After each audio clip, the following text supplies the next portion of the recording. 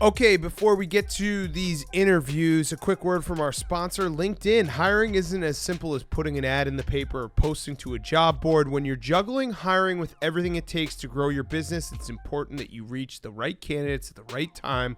That's where LinkedIn comes in. And LinkedIn has places that you can post all your jobs. We're actually doing it right now. We post all of our jobs that are up there for Barstool. If you want to work for Barstool Sports, we post them on LinkedIn, so you need to get on LinkedIn. Over 600 million members visit LinkedIn to connect, learn, and grow as professionals and discover new job opportunities. That's how LinkedIn can make sure your job post gets in front of people you want to hire, people with the right hard and soft skills you're looking for. Things like collaboration, creativity, adaptability. LinkedIn does the legwork to match you to the most qualified candidates so you can focus on hiring the person who will have a big impact on your business. A hire is made every 8 seconds on LinkedIn. Boom. There's been like 10 hires made on the course of this ad, so you need to get on LinkedIn right now. You wouldn't be fishing in a small pond. You got to be fishing in that big ocean, and you can do it with LinkedIn Jobs. You can pay what you want, and the first $50 is on them. Just visit linkedin.com/thecorp. Again, that's linkedin.com/thecorp to get $50 off your first job. Terms and conditions apply. You're listening to The Corp, presented by Barstool Sports. So welcome to The Corp. I'm so excited. So excited. This is Erika Nardini. I'm sitting in for Dan Katz with Alex Rodriguez, and we have an incredibly special guest, someone who's very personally inspiring to me, Maria Bartiromo, who I would call in the Game of Thrones era, she's like the Cersei/Daenerys of business news. So there's nobody more fierce or formidable than Maria. And what we're going to cover today is essentially a couple things, which is how you got to where you are. You have 3 top-rated shows, you've written 3 books, you're doing 16 hours of television a week. There is no one who seems hungrier, more driven, more accomplished, more newsworthy in business than you, and we're excited to cover that. Thrilled. And one of my role models too. Remember, I have 2 daughters. Yes. And should be like Maria Maria is kind of like the gold standard, as are you. So I am Be like thrilled Maria would be to like be a with wait Wait a two second, powerful I have women. arrived. Alex Rodriguez just said that I am one of his role models. I have arrived. Love it. Thank And you. for his girls. Yes. 100%.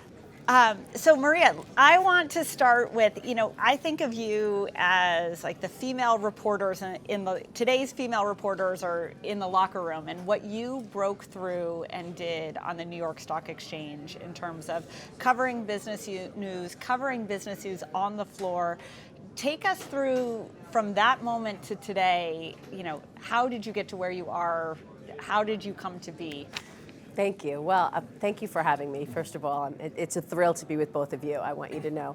I started my career at CNN. I was a production assistant at CNN, and that was in 1989. And at that time, it was, CNN was doing something that nobody was doing, and that was covering a story as it was actually happening, and that was the first Gulf War. And I remember as a PA, a production assistant, I was in awe watching Bernard Shaw, the other reporters under the bed in Baghdad saying, oh, bombs are going off. So I learned firsthand how to cover a story as it was happening, which was really helpful 5 years later when I started at CNBC as a reporter on the floor of the New York Stock Exchange, having to cover the stock market in real time. And it was incredibly exciting, and I first got to the floor to do our show. We were beginning a new program called Squawk Box, and we wanted to be different. So initially, a lot of people did not want me there, but it really took an effort to break through, to get these guys to become allies of mine. And so I'm really proud of that.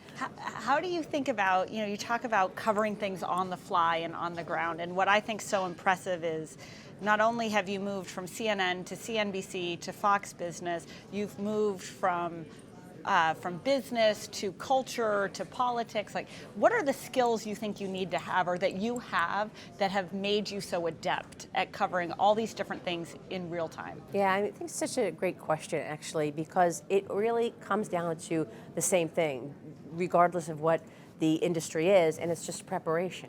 And I over-prepare. I think one of the best ways that I prepare to do interviews and to cover a story is I speak with as many people as possible. So when I'm interviewing somebody, I'll speak with people who know that person, who like the person, don't like the person, a bull, a bear, whatever it is, to try to understand what the most important issues around that person are. And so that's how I approach interviewing. It was really important for me to be able to stretch myself and cover more topics than just the stock market. When I was at CNBC for 20 years, I covered the stock market, balance sheets, corporates, interviewing CEOs. But after a while, I felt like it was so short term. It was all about what is the stock market going to do in the next 3 seconds? What are the earnings going to be in the next 3 months? And I was looking to broaden out my own portfolio. Yep. Fox made me a great offer to leave. I did, and now I've been able to stretch myself and study things that I never would have studied otherwise. So I'm talking about tax policy, immigration policy, politics. I really enjoy the focus on policy as opposed to just business, because now, today, policy really matters to the markets, and policy really matters to business. Back then, it didn't. I mean, during the 90s, it was like, what stocks should we buy based on the number of clicks to the website? Yeah, sure. We had thrown out all fundamentals in terms of earnings and revenue growth, and we were just looking at clicks to the website. And it's interesting when you look back at things like that. We saw it again in the housing boom and then the housing bust, where we were expecting housing prices to go up just because they kept going up. You pick any city, Phoenix, for example. I remember in 2006, I believe it was, home prices were up 40% year over year. Why? Why were home prices up 40%? Was the population growing? Was the housing market getting better? No, none of that. Just we saw prices going up and we thought that it would continue. So I think it's really important when you're in a boom to say, does this make sense? Is this really the way it should be? Or if it doesn't make sense, then if it looks too good to be true, it probably is. And so we learn that over and over again in these different euphoric periods. Yeah. I think it's cool, and then I'll let you get a word in edgewise here. It's very enjoyable. I'm like, quiet, Alex. I got this one. But one of the things Alex talks about that I love and that I think about all the time is he describes himself, and he's described himself on this podcast as having mojo and being methodical. And I think about you as someone who has those same two things, where you're incredibly disciplined in research, but you have the grit and the mojo to make things work. I think so often you see, and both of you actually, you see personalities not able to cross the transom from one network to another. Something worked in one place that didn't work in the next place. I think, Alex, what you're doing on Fox and ESPN is extraordinary and unheard of. It's consistent, nothing works. Except at Barstool Sports. Yes. But tell me a little bit about your mojo. Like, what drives you? What makes you go? Like, what's the Maria of it all? Well, I mean, I think your upbringing really shapes you. I was born and raised in Brooklyn, and I think I did learn a certain street savvy. So that definitely is who I am. So when I got down to the floor of the New York Stock Exchange and I started getting pushback from the guys on the floor, I pushed back. Yeah. And I said, you know what? I know this better than you do. Mm-hmm. I'm coming back. I'm not going anywhere. Mm-hmm. And so I think you do need to have that confidence and that belief in yourself to believe that you can actually accomplish something.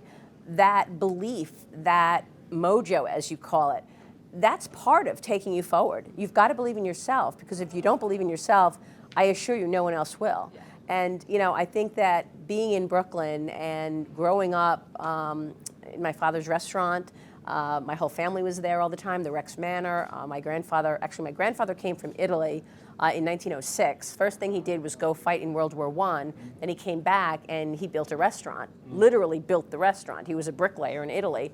They named it the Rex Manor, after the ship that he had taken back and forth to Italy. It was called the Rex. And I was the co-check girl at that restaurant. So I definitely started, doing a lot, working hard. That is who I am. I'm definitely known as one of the hardest working people in the industry. For sure. And I'm proud of that. That's because my mother has always told me success comes through preparation, and I do over prepare. I love that. I mean, you remind me of great athletes. When I think about the great athletes that I played with, like Edgar Martinez, who's going into the Hall of Fame, Mariano Rivera, you think about the Jordans, it's always a great preparation, right? I mean, I always say that a fool with a plan beats a genius without one every time. And you don't have to be the smartest with someone, that grit. But, when I think about you, your father owned the restaurant, your mother was a hostess and helped seat customers. You go to NYU, you're New York all the way around with an Italian background. What's fascinating to me is a little bit what Erika said. You come from CNBC, you're a rock star there. You go to Fox, and I remember reading, it's not gonna work at Fox, it's not gonna work at Fox. Well, you're breaking records there, and now you're beating your opponent, CNBC, which is fascinating, not only in the weekdays, but also on the weekends. I guess my question to you, because I've watched some incredible interviews over the years, because I'm a big fan of yours, some of the great CEOs, and I know you had Trump just a few this past weekend, but I want to talk more on the business side. CEOs, maybe a few that you've really enjoyed, and why, and what makes them a good interview? You know who I really like a lot is Jamie Dimon. He's real. He tells you how it is. You know that he's probably not lying to you. I mean, I think when people get a question and then they don't actually answer the question, audiences are really smart.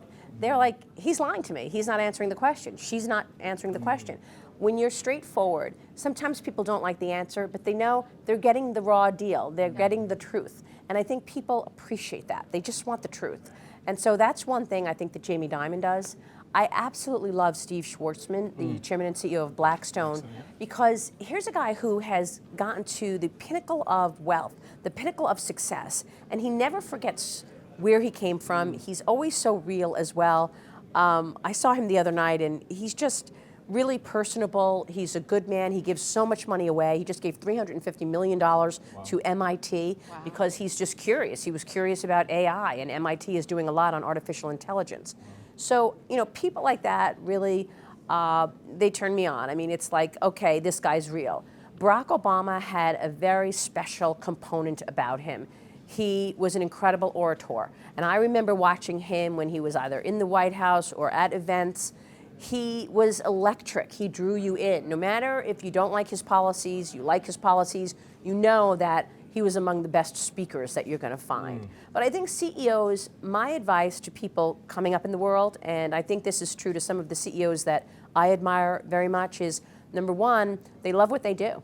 And you see a guy like Hank Greenberg, who ran AIG and then CV Star. He's almost 90 years old. He's going into work every day. He's eating salmon and trying to stay alive forever.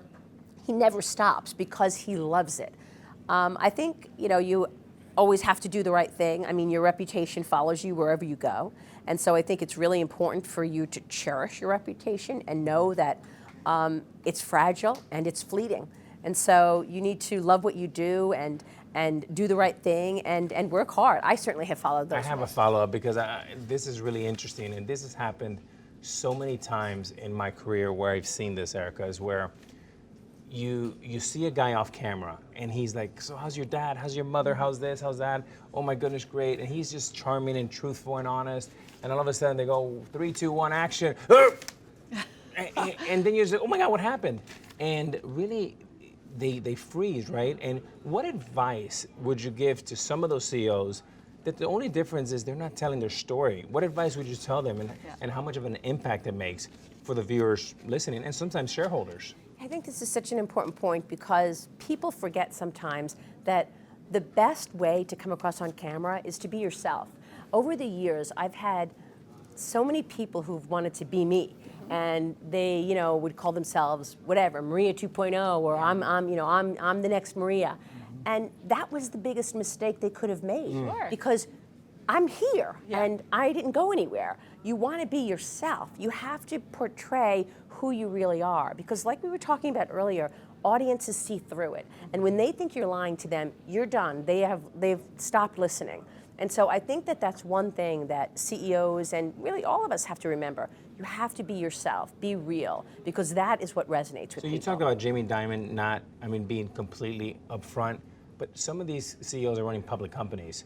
What advice would you give if you do not want to lie to you, Maria, but yet you want to be forthright? What advice would you give those CEOs how to handle that question? Look, I don't think there's anything wrong with saying, you know what, I don't have the answer to you right now, I'm going to get back to you. Or you know what, I can't really discuss that right now because it's under consideration and we're working through that right now. But don't make something up and make believe that you have a different answer for something that is really not the truth. I think the truth is really important. And if you can't answer that, you can say, you know what, I can't go there because I'm in the middle of something right now about that and we're not talking about that, but here's what I will say about that. You know, it's important I understand people want to get their messages out, I get that. You want to get your message out, but you also want to answer the question as best as you can because people get annoyed when you don't. It's very annoying. Yeah, it is. I also think that there's something to, like, I have been to so many conferences where it's buzzword bingo and deflection. Like, there is an art of, of deflecting the question. And if I were in your shoes, which I very rarely am, it's so aggravating because you're like, just tell the friggin' story. Tell a little bit about what's your method of how do you get past the opaqueness and the smoke to get to a real story? We look at this a lot at Barstool, and I look at this a lot in the internet, whereby in the internet, if it's not real, it's not going to work. Yeah. And if you're packaging something, nobody cares. So how do you think about that? Because you're in live television. There's lights, it's pressure. How do you do that? Look, I cut right through it. I cut to the chase. That's always who I've been. I am a straight talker, and like I said, sometimes that rubs people the wrong way. But I'd like to think at least that person knows that I'm telling you the truth. I'm not going to sugarcoat it. This is what I see. This is how I see it developed. And you know what? When I have a staffer who may have made a mistake, or I deal with it right away. I'm like, you know what?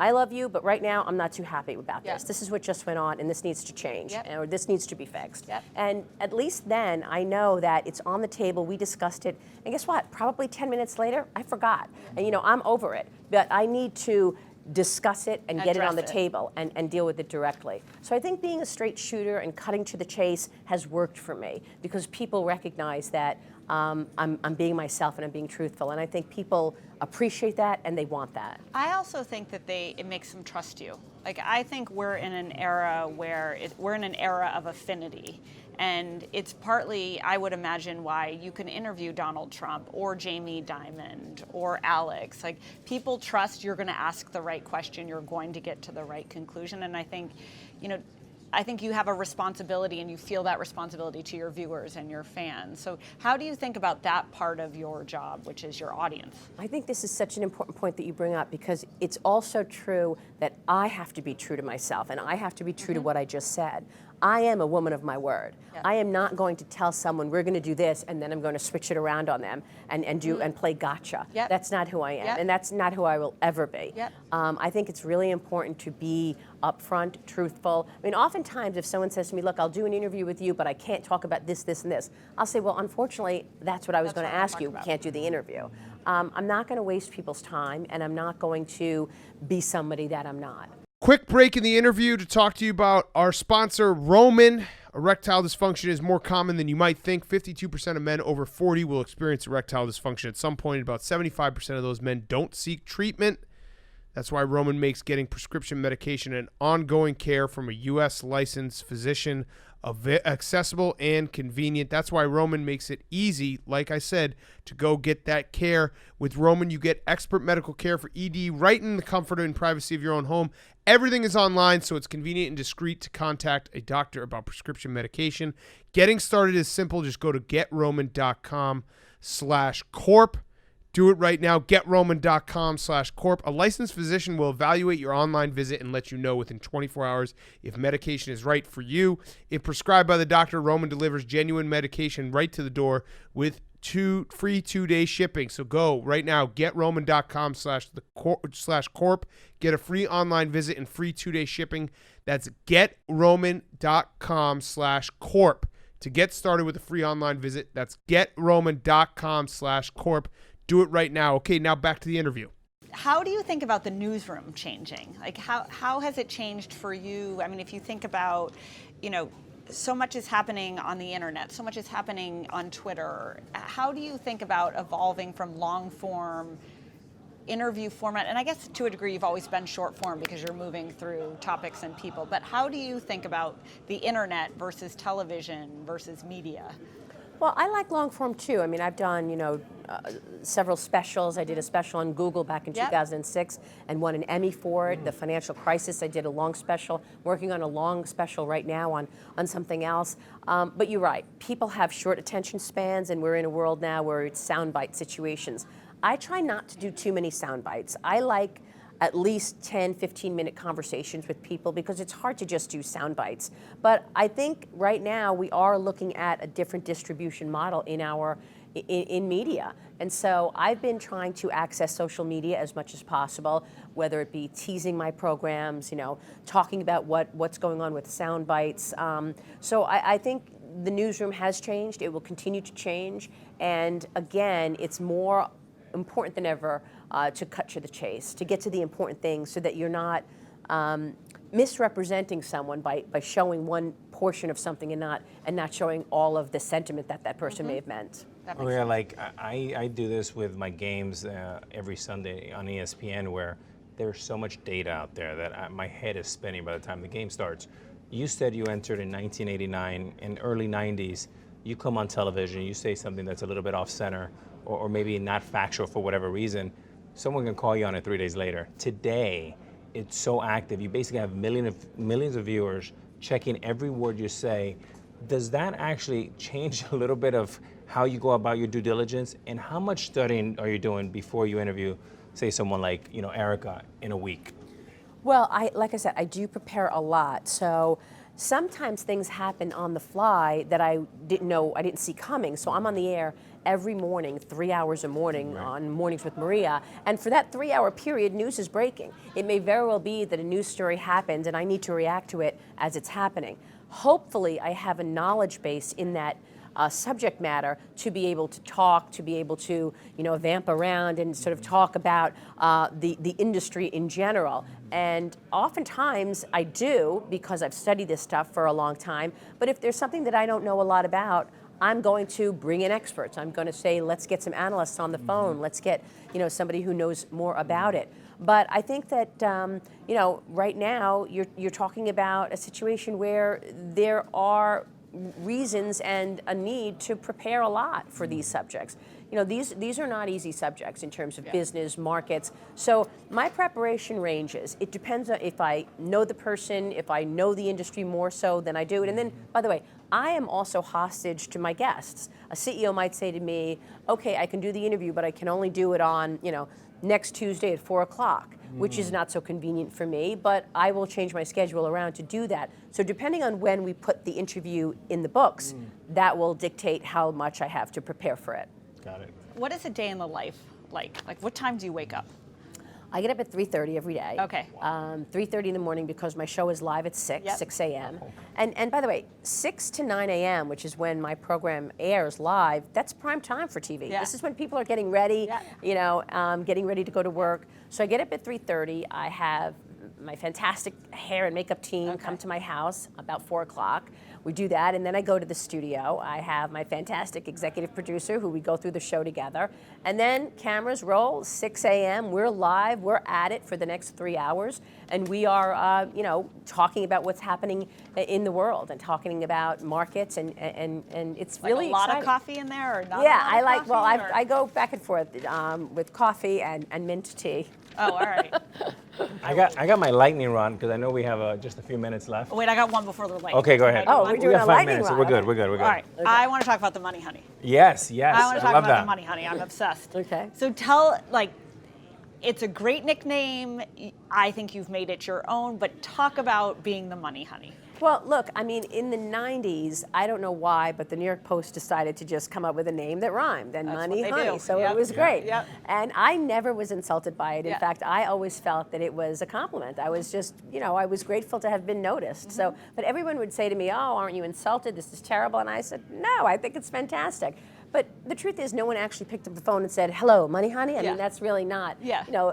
And I always knew, and I always felt like my viewers knew exactly who they were getting. They knew that I had done the work, I wasn't going to waste their time, I was going to be professional, I was going to be a woman of my word. So I was never worried about my audience, the people I was interviewing, thinking of me differently Something because of different. that name. So for me, I'm grateful to have been noticed, and I'm happy about it. I love that. So I was researching Maria. And I saw that she trademarked the Money Honey and wrote and used it to create a platform to educate young people about money, which I thought was so inspiring.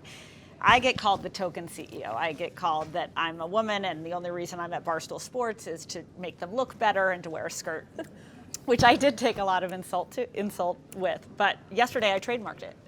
Because I was like, you know what? Like, I'm going to turn this into something where you can be a token anything, and that just means you're groundbreaking on something. Well, that's the thing. I mean, I felt like the reason that we have so much debt, the reason that we have an economy that is so reliant on debt is because people don't understand how important saving is. And I think it starts at home. When I was a young girl, I remember as young as 4 or 5 years old, the ice cream truck would come down, Mr. Softy, on my block in Brooklyn, and I would say to my mom, Mom, can I get a cone? Can I get a cone? And she would say the same thing all the time. Well, you can get it, but do you have any money for it? How are you going to pay for it? So little by little, I started collecting change in a jar. And I would just collect change, and I would always have the money, and I would say, Mom, the ice cream van's here. I'm going to run down to Mr. Softy. I've got the change. And she would say, okay, then you can do it. And so from a very early age, I always knew if you wanted this, you had to do this. You have to save. And even today, I encourage people to have 3 buckets. Number 1 bucket is your 401k, your retirement bucket. You start putting money in that bucket and you do not touch it. Your second bucket is your bucket for your bills, your checking account. That's the money that you're going to be using to live, to pay. Then you've got the third bucket of fun money. Every once in a while, we need a treat. And so you want to buy that extra pair of shoes, you want to buy that and go on that trip, go to that third bucket. So if you plan your life with an idea, a plan that you will have the money that you need, you will actually be saving. And I always tell people you have to pay yourself first. Every time you get paid, every 2 weeks, every week, whatever it is, the first thing you do is put money into one of those buckets. And you save. You pay yourself first. Then you use the rest of the money to pay your bills or whatever you need to do. So that's important. I love that. So Maria, this is a lightning round. First quick answer, 1 word, in and out. Okay. I was not expecting this. This is like... It's an Alex special. Yeah. Okay. It's a lot of pressure. What songs do you sing to yourself in the shower? How do you solve a problem like Maria? There you go. What apps are open on your phone right now?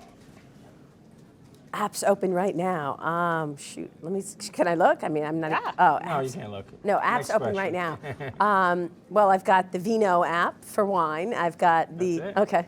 Okay. Book or Kindle? Book. Okay. Cats or dogs? Dogs. You just adopted one. I did. Yes, you My did. baby Dusty. Coffee or tea? Coffee, but I've been getting tea into the mix recently. Okay. And Shawn Mendes or Justin Bieber? Oh God, that's Justin. Okay. Gotta go So these are just quick buy or sell. Facebook, Sell. Amazon, Buy. Google, Sell. General Motor, Sell. Toyota, Sell. and last one, Berkshire Hathaway. Buy it. Okay. That's great. That's great. Berkshire Hathaway is expensive. It is very You're gonna have to save your money for that one. Even the B shares. Even 1 share, yeah. Yeah. But thank you so much, Maria. This is great, and we appreciate you being on the Corp. Thank Thank you. you I'm so huge much. fans of you both, so thank you for having me. Thank you for being here.